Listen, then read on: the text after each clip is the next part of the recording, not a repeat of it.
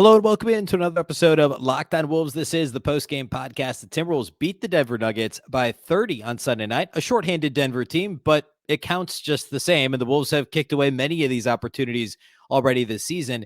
We'll talk about Jordan McLaughlin's return, Ant's game. He led the team with 20 points, and just really kind of an all-around solid game for Minnesota. We're going to break it all down here on the show. Welcome in. You are Locked On Wolves. You are Locked On Timberwolves, your daily Minnesota Timberwolves podcast. Part of the Locked On Podcast Network. Your team every day.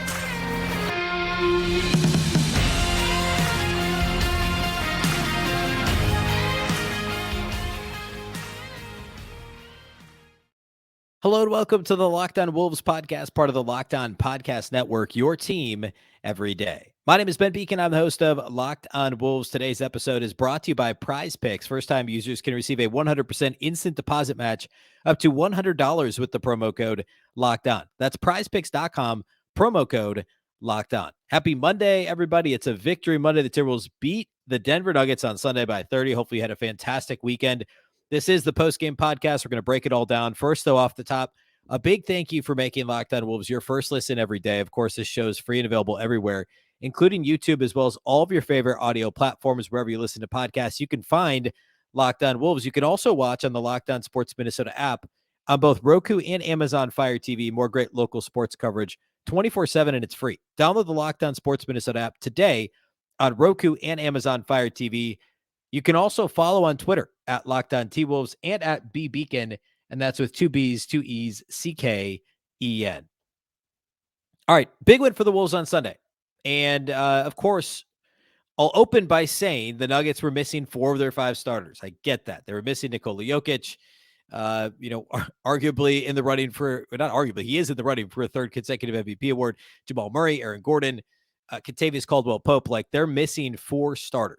That matters. It's significant. But if you've watched the Timberwolves all year, you know that the Wolves have kicked away these opportunities all season. And they've beaten some shorthanded teams, right? Remember the shorthanded win at Philadelphia? That same road trip, there were another 1 or 2 games. The Wolves had the good fortune of facing a team missing one or multiple of their best players and won. But we've also seen them lose to Detroit. We've seen them lose to the Spurs. We've seen them lose most recently to Orlando on Friday night. They're what was the stat? 5-7. The Wolves are against the 5 worst teams in the league, or the teams with the 5 worst records in the NBA. The Wolves are 5-7, which is insane. Like, if they flip that and go 7-5, we're talking about a team that's now 4 games above 500, which it would still not be a good record against those teams, right? Like, you'd expect that they would go, 9-3, right, to win 75% of your games against the 5 worst teams. How much better would the Wolves look right now? We could do. It's not a how much better. Like, we could actually do the math. They would be a lot better, right? If they had just 4 games better, they'd be 6 games above 500. If they'd gone 9-3 in those games. All that to say, you would have been right to be nervous about this game for the Wolves because of how they played against bad teams, shorthanded teams, etc. this season. How they rise to the occasion against good teams and lose to bad teams or shorthanded teams. And maybe the Wolves just subconsciously, or not subconsciously, maybe just like the team, like the overall mindset here was, Nuggets. Nuggets are good, right? They're the best team in the West, so it's a good team. We'll play well, right? I don't know. But missing 4 out of 5 starters, the Nuggets really did not compete all night. The Wolves led wire to wire in this game. They were up 11 at the end of the first quarter. They were up 20 points at halftime. They were up 23 going to the fourth. After Denver made a couple of different pushes in the third, got it down to, I think, 11 points at one point, 11 or 12. And the Wolves kind of kept answering, which is not something we've seen Minnesota do a whole lot of this season. Answer opponent runs, deal with adversity well, etc. And they kept kind of pushing that lead back up. They eventually got it up to 23 going to the fourth quarter and ended up winning, going away by 30. Several minutes of garbage time in there, and nobody had to play more than 32 minutes in this game. Understandably, Chris Finch was a bit shy about calling it garbage time earlier than it was. I get that. So guys still played a lot of minutes, but nice to get a mini breather for some of these players, right? For Ant and for D'Lo, and Rudy only played 18 minutes because he was in some foul trouble as well. So all that to say, Denver was not competitive because they were so shorthanded in this game. My number one takeaway from this game was Rudy Gobert. which is maybe if you didn't watch the game, you're glancing at the box score, you're scratching your head right now asking, why is he talking about Rudy Gobert? Ant led the team in scoring. Rudy only played 18 minutes. Like we could talk about Jalen Noel, and we will. We could talk about D'Lo's double-double. We will. But I want to start with Rudy Gobert. Rudy had 16 and 8 in this game in 18 minutes. 7 of 8 shooting. Got to the line 4 times, again, in 18 minutes. And I thought this was one of the better games that the Wolves have played with Gobert on the floor. Again, just 18 minutes. And I don't know that it was as much Gobert as it was the players getting him the ball. I need to go back and watch his 8 shot attempts, but I believe that 5 of his 7 shots were basically off of lob entry passes. And I'm not talking alley-oops. I'm not talking lob dunks, on pick and roll from D'Lo when he's diving to the rim. I'm talking Rudy's in the dunker spot. Rudy's, near the low block, and he's trying to get open, and the opponent is fronting him. Remember, this is a Nuggets team. They started DeAndre Jordan, and DeAndre Jordan played 25 minutes. Looked rough, by the way. But no Nikola Jokic. Like, this is a small team, right? I mean, Zeke Naji was essentially playing center for much of this game. And he's not a center. Like, he's a good-looking player. He's not a center. And so the Nuggets were trying to front Rudy.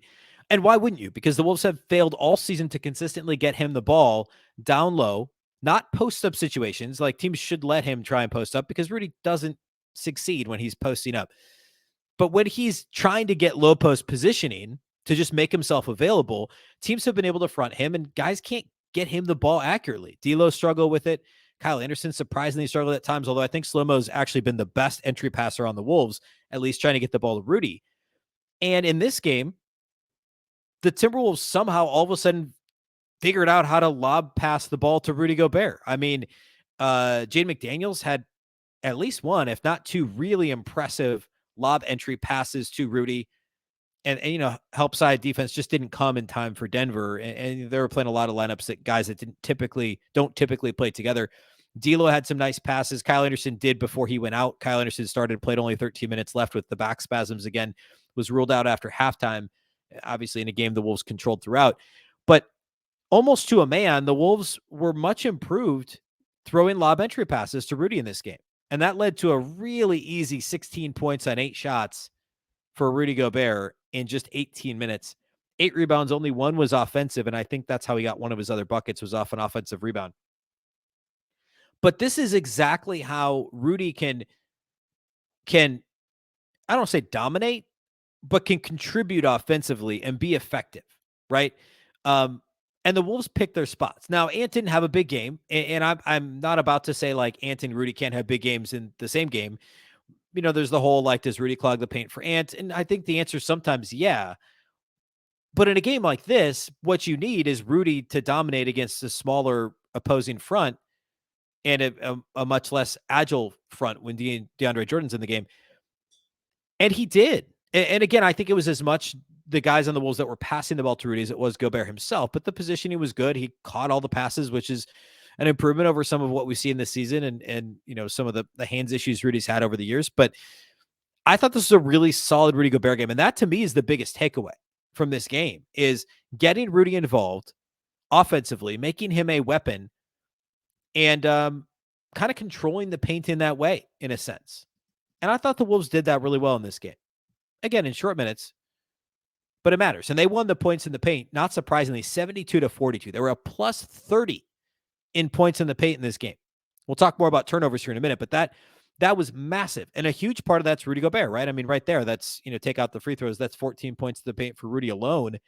But the Wolves did a really good job of getting him the ball. I was impressed with that. I do want to talk turnovers. I want to talk transition offense.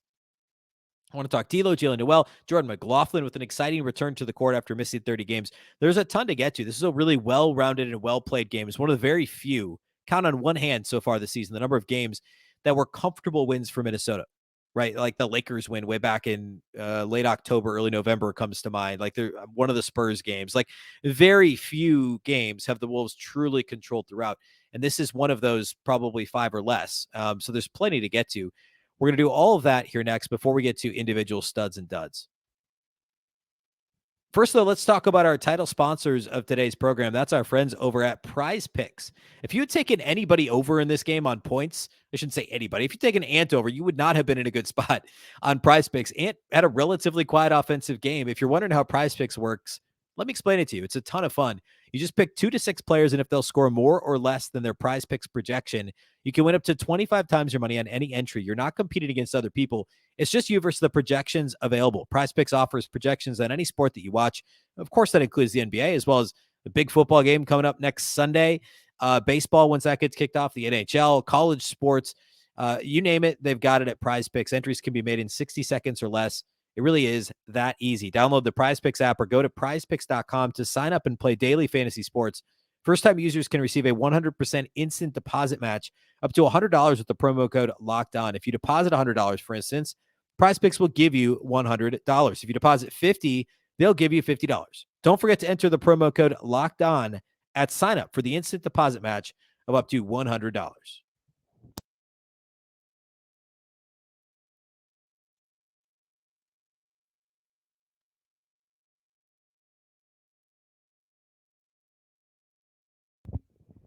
The NBA trade deadline is approaching this Thursday, and Locked On has you covered this Thursday, February 9th. Tune into Locked On NBA on YouTube at 1 p.m. Central, 2 p.m. Eastern to hear reaction from the trades that will change the rest of the NBA season, who becomes contenders and who is tanking for better futures. Subscribe to Locked On NBA on YouTube and don't miss a single deal. All right, let's talk about some of the other takeaways from this one. And again, there's plenty. Let's start with turnovers and assists. So Denver had 22 turnovers in this game. 22 turnovers. I believe they had 7 in the first quarter, which kind of set the tone for the game. Denver as a team had only 19 assists. They out-turnovered their assists 22-19 in this game. Again, 7 turnovers in the first quarter. The Wolves had active hands and were good defensively early. This was an overall solid defensive performance for Minnesota. I believe that to be true. The 7 turnovers in the first quarter, allowing just 21 in the first quarter, and of course, only allowing 98 for the game. Denver only shot 6 of 25 outside the arc, and I think this was the shooting, at least, was as much Minnesota activity-wise, defensively, contesting shots, closing out under control, grabbing rebounds. The Wolves were a -3 in the rebound category, but Denver only had 3 offensive rebounds in this game. I thought this was a solid defensive game for Minnesota, and Denver helped a ton by being extremely sloppy. Off the bench, Ish Smith had 4 turnovers. Devon Reed had 4 turnovers. Bruce Brown had 3 turnovers in the starting lineup, but as a team, 22 turnovers for Denver and only 19 assists. And it's equal parts Minnesota's defense and Denver's struggles offensively.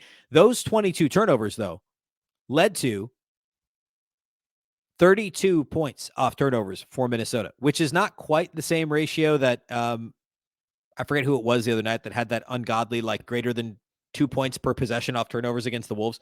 I think that was it Sacramento? I can't remember who it was last week, but it was crazy. This isn't quite that, but 32 points off turnovers on 22 turnovers is good. We'll take that. We'll take, what is that? It's almost a point and a half per turnover, a point and a half per possession off turnover. So strong performance from Minnesota there. That means the transition offense was good. And it was. I thought the Wolves were good in transition in this game, which has not been the case all season. That's certainly true. Defending without fouling, not great. There were a lot of free throws in this game, both directions, especially as the game wore on. But that's just kind of something we're keeping an eye on as the season moves forward, because it's been such an issue for Minnesota for really all year and going back to last year. I talked about Rudy quite a bit. I mentioned Kyle Anderson went down with the back spasms. This is just more of note than anything else. But with Anderson going out at halftime with the back spasms, the Wolves started the second half with Matt Ryan, along with the 4 starters with D'Lo, Anthony Edwards, Jaden McDaniels, Rudy Gobert. And surely the reason for that was to keep Taurean Prince with the bench unit, right? To keep him with the regular rotation that he's in, especially a game when he started on the bench and played those bench minutes. And then also Austin Rivers is out with the 3-game suspension after the fight against the Magic on Friday night. So that meant Matt Ryan got those minutes to start the third quarter. I thought he played pretty well, 10 points in 14 minutes, 2 of 5 outside the arc. Still want a little more consistency from him when he's open from 3, but I think generally played well. was active defensively, committed 3 fouls in pretty short order there in the second half. But I thought that was notable. If Anderson continues to miss time while Rivers is suspended, I don't know if I'm curious to see who starts. Is it, like, I don't think that the Wolves would start Nate Knight next to Rudy Gobert. That would be a surprise to me on Tuesday in Denver. They might start Matt Ryan and keep Prince with the bench. They could start Prince and have Ryan slide into Prince's role. If Anderson can't go Tuesday, it sounds like it was Marnie Gellner talked about this on the postcast that it's not like there was a chance Kyle Anderson could have come back in the game if it was close. But now this is 2 consecutive games. He's played a handful of minutes. He played 5 on Friday, 13 in this game before leaving with the back spasms that have been bothering him for most of the season. So be interesting to see if he plays Tuesday and how Chris Finch adjusts his lineup and rotation, his bench rotation, if that's the case.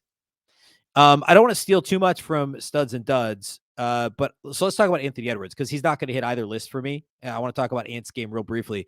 He did lead the team in scoring with 20 points, but it was on 17 shots, 8 of 17 from the floor, which isn't too bad, but he was only 1 of 5 on threes, got to the line 5 times, made 3 free throws, 4 rebounds, 3 assists, 2 steals, also had 2 turnovers. This was a fine game for Ant. He had a really nice buzzer beater to close the third quarter, a nice step back 3 from the left wing, the only long ball he made in this game. He did a little too much, and I guess you could say this after almost any game, a little too much complaining in this game. There was one play where he completely hacked somebody on Denver, was called for a foul, and he was like, acted like he didn't touch it was an obvious foul on Ant. Those sorts of things are what add up and detract from what you're doing offensively when you're trying to get foul calls. And we talked about this before. The Wolves as a whole don't do themselves any favors because I truly believe this game as a whole isn't a good example. I'm just speaking to Ant's portion of it in this game. To me, was pretty obvious. The Wolves sometimes do get the short end of the stick from the officials because subconsciously or very consciously, I don't know, probably depends on the official. The Wolves don't get calls because they complain so much. They lead the league in technical fouls. They've been first or second basically all season. And refs don't like that. So, 50-50, like if something's on the fence, you're going to tip away from the Wolves in a lot of cases if you're the officials. Fair or unfair, and I would argue it's unfair, but it's also human nature, right? Ant individually, I don't want to see him end up in Karl-Anthony Towns territory when it comes to that because I truly believe that's why Cat gets such a bad whistle. Not fair, right? Like he should, like, benefit of the doubt, like the whistle should be the whistle, but there's biases involved, whether or not anybody wants to admit it. There are. And I don't want Ant to end up in that same spot as Cat. And it bothered me a little in this game because it was just kind of, it was just a nondescript Ant game. And there was the one foul he was called for defensively. There were a couple instances on offense where it didn't look like he was fouled. And it was really kind of embellishing and not at all saying he's the only one that does this. He's far from it. But it seems to be magnified lately. And I worry about that a little bit as we get closer to the playoffs. I thought he'd start getting more whistles this year. I don't know that we've seen that. I think we've seen him expect that. But the consistency just isn't quite there yet. So anyway, a decent Ant game, not a whole lot to write home about. It was fine. He did what he needed to do. The Wolves didn't need him to do much more than that, though, in this game. Let's see. We'll get to studs and duds next. I don't know that there's really anything else other than the bench as a whole, which I talked individually about Matt Ryan. I talked I didn't talk about Jordan McLaughlin yet. Jordan McLaughlin missed 30 games. And before that had played in just 3 after before re-injuring his calf, had missed several games before that. So he's, only playing in what, like his 20th-ish game. No, not even 18. Yeah. His 18th game of the season. And played really well. He was on a minutes restriction. He came in late in the first quarter, got a nice standing ovation from the Target Center crowd and had a couple of quick assists, a couple really smart plays, and then hit like a twirling layup, twirling reverse layup going from right to left, I think with finishing with his right hand at the end of the first quarter with 1 second on the clock. It went through.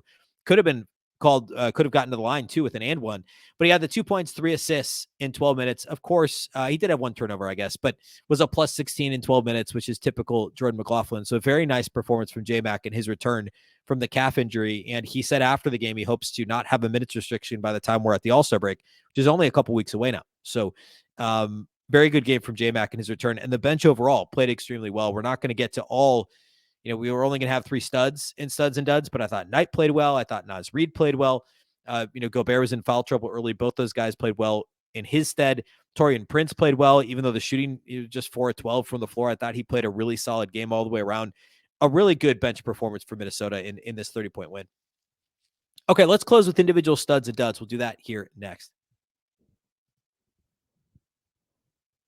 Today's episode of Locked On Wolves is brought to us by our friends at Built Bar. If you're looking for a delicious treat but don't want all the fat and calories, then you have to try Built Bar. We just got through the holidays. I know my goal is still to eat a little healthier this year. I'm doing okay about almost 5 weeks into the new year. If you're like me, where you just want to eat healthier but don't want to compromise taste, then man, I've got just the thing for you. You have to try Built. With Built, healthy is actually tasty. Seriously, they're so delicious, you won't think that they're good for you. They're perfect for your New Year's resolution, which hopefully you're still on. What makes Built Bars so good? Well, for starters, they're covered in 100% real chocolate. That's right, real chocolate, and they come in unbelievably delicious flavors like churro, peanut butter brownie, and coconut almond. I'm not sure how Built does it, but these bars taste like a candy bar while maintaining amazing macros. And what's even better is that they're healthy. Only 130 calories and 4 grams of sugar with a whopping 17 grams of protein. And now you don't even need to wait around to get a box. For years, we've been talking on Locked On Wolves about ordering your Built Bars at Built.com. Now you can get them at your local Walmart or Sam's Club. That's right. Head to your nearest Walmart today, walk to the pharmacy section, and grab yourself a box of Built Bars. You can pick up a 4-bar box of cookies and cream, double chocolate, or coconut puffs. If you're close to a Sam's Club, just run in and grab a 13-bar box with the hit flavors brownie batter and churro. Just make sure to thank me later.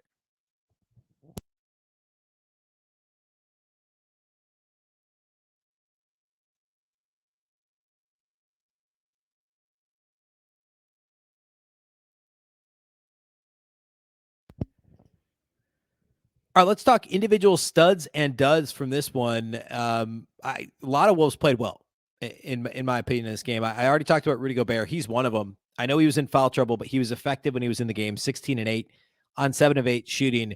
Really good performance from him, and it was very nice to see. He led the starters in plus minus with a plus 16. Assuming Jokic plays Tuesday, I don't know why he wouldn't. I mean, the Wolves are going to need Gobert to be effective. No Karl-Anthony Towns. They'll need him to play well on Tuesday. Another stud, D'Angelo Russell. I haven't talked about him much. 18 and 10 in this game. A nice double-double. 6 of 9 shooting, 3 of 5 outside the arc. He had 10 very quick points in the first quarter and really kind of set the tone. I thought he was a big part of the start of this game for Minnesota. D'Lo was hot, hit a couple of threes, a tough driving layup. Just really effective offense from D'Lo. And both of his turnovers came in like a 2 or 3 possession span. Very, very close together. Besides that, he took care of the ball, had a couple of really nice passes. Of those 10 assists, there were a couple highlight ones in there, thread the needle type one-handed passes that D'Lo's been doing since Ohio State. I mean, really strong game from D'Lo. 6 of 9 shooting, 18 points on 9 field goals. It's hard to be much more efficient than that. 3 of 5 on threes, 3 of 4 at the line, just 1 rebound, 1 steal, only 2 turnovers in 30 minutes. A strong game from D'Angelo Russell. I'm going to cheat. I'm going to do 4 studs. Another one for me is Jaden McDaniels. Haven't talked much about him yet. 14, 6, and 4 in this game. How's Jaden McDaniels? I mean, how about Jaden McDaniels with the 6 assists? Only his second 6-assist game this season. He's only had one other one. He has 1 5-assist game. This is his second 6-assist game. Not something we see a lot out of or a lot from Jaden McDaniels. He's not initiating offense, of course.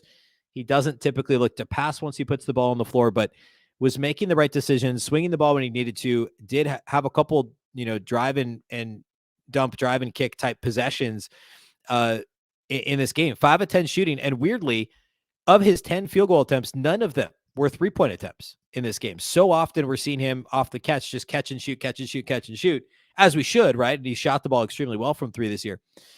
This is actually only the second game this season that he has not attempted a 3-point field goal in.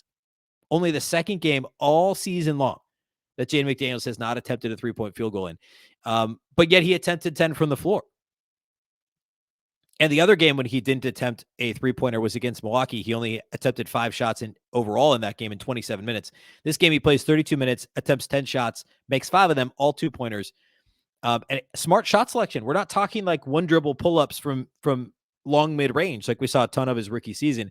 This was smart decision-making. There's that clip going around of Vlatko Kankar getting just kind of dominated by McDaniels on the left side of the floor in the second half of this game. McDaniels shut him down. And I don't know what Kankar was thinking. Like people can't score on McDaniels one-on-one. Hardly anybody can. So very good defensive game as well. as McDaniels continued his really strong play of late for Minnesota, really over the last several weeks. The last stud for me is Jaylen Nowell. Haven't talked much about him. He had a shocking plus 35 plus minus. If you're a regular listener to the show, I don't love talking about individual player, individual game, box score, plus minus numbers, because I think they're really noisy. I mean, they are really noisy. Sometimes they tell you absolutely nothing. I don't necessarily think Jaylen Nowell was the absolute best player on the floor in this game, but I can't remember a time I've seen a plus minus of over 30. When there's only one guy, like the next closest was a plus 23. It's not like the whole starting lineup was a plus 30. Jaylen off the bench, a plus 35. The next best plus minus was Taurean Prince with a plus 23. The best starter was Gobert's plus 16. Nowell plus 35 in 27 minutes, 6 of 10 shooting, 2 of 5 on threes. That means he was 4 of 5 on 2-point shots, 2 of 2 on free throw attempts, 4 rebounds, 4 assists, no turnovers for Jaylen Nowell. Really, really good performance. And it's been such a roller coaster for him this season, especially of late. He started to play a little bit better at that long stretch where he just was really struggling in every facet. Lately, he's played better, and this was a phenomenal game for Jaylen Nowell. Really good to see him feeling more confident. I think he said something in the post-game interview on Bally Sports North about getting his mojo back or something like that. And it felt like that for Nowell. I don't think I actually have any duds for this game. Like, everybody played pretty well that saw the floor. We talked about McLaughlin, Edwards, kind of a nondescript type game. Kyle Anderson got hurt. Taurean Prince didn't shoot the ball well. He was 4 of 12 shooting, 1 of 5 from 3. But I said earlier, I thought he played well, rebounded his position well, defended well, did typical Taurean Prince things. And it was a little bit more aggressive looking for a shot too. He was actually second on the Timberwolves in shot attempts, which is generally not a good recipe for success. But Ant attempted 17 field goals. Prince attempted 12. Nobody else tried more than 10 shots in this game. So a weirdly high usage game for Taurean Prince, but a good game nonetheless. Now, next for the Timberwolves, they take on this same Nuggets team, except for not really, because likely all the starters will play. Kentavious Caldwell-Pope tweaked his ankle on Saturday, the front end of Denver's back-to-back, so perhaps he doesn't play Tuesday. But, Jokic will play, and the other guys that sat out will all play too. Jamal Murray, Aaron Gordon, I would expect would all play on Tuesday. We'll see if Kyle Anderson's able to try and give it a go once again. If what that looks like. What does the starting lineup look like? Is it Prince? Is it Matt Ryan? Is it Jaylen Nowell and, shuffling guys a bit and moving Ant to the 3 and McDaniels to the 4? Like, what does that look like I think that's unlikely, but who knows? With Austin Rivers out with the suspension, Kyle Anderson potentially out with back spasms. We'll see what that looks like on Tuesday. And then after Tuesday, the Wolves have a tough back-to-back on Wednesday. So Tuesday night in Denver, Wednesday's at Utah.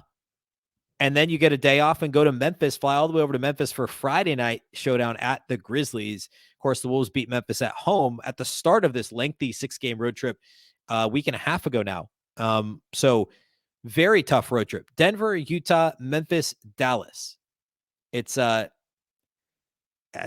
I mean, but again, like if this season tells us anything, it's that the Wolves should be able to rise to this challenge. Now Jordan McLaughlin coming back, hopefully no minutes restriction by the end of this road trip. The Wolves only have one more home game then, finishing the unofficial first half with the Washington Wizards a week from Thursday prior to the All-Star break. So, a lot upcoming, a lot of tough games upcoming. Hopefully some improved health for Minnesota here moving forward as well. Of course, on Tuesday, we'll preview the Denver game Tuesday night. We'll talk about I want to dig into some of the Jaylen Nowell lineup data. Marty and I talked about this briefly on the postcast following Wolves Nuggets on Sunday. Why Nowell, some of the numbers for him are like some advanced metrics hate his season so far. And I think he struggled quite a bit, but some of the plus minus stuff is really interesting with him. Like the Wolves have been pretty good with him on the floor in some cases. So, and this game, the weird plus 35 is a good example of that. So I want to dig into that a bit for Tuesday's show as well.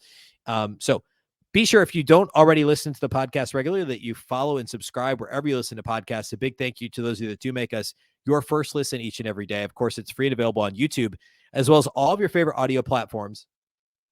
You can also download the Locked On Sports Minnesota app on both Roku and Amazon Fire TV. You can watch all of the Locked On Minnesota podcasts there. You can also, of course, follow the show on Twitter at Locked On T-Wolves, and my account, which is at Beecken. That's with 2 B's, 2 E's, C-K-E-N. Of course, the Locked On Wolves podcast is part of the Locked On Podcast Network. Remember, the Locked On Network is your local experts on all the biggest stories. Now, Make your second listen the Game to Game NBA podcast. Every moment, every top performance, and every result. Locked On Game to Game covers every game from across the NBA with local analysis that only Locked On can deliver. Follow Game to Game on Locked On NBA, available on the Odyssey app, YouTube, and wherever you get your podcasts. Once again, I'm Ben Beecken. This is the Locked On Wolves podcast, and we'll catch you next time.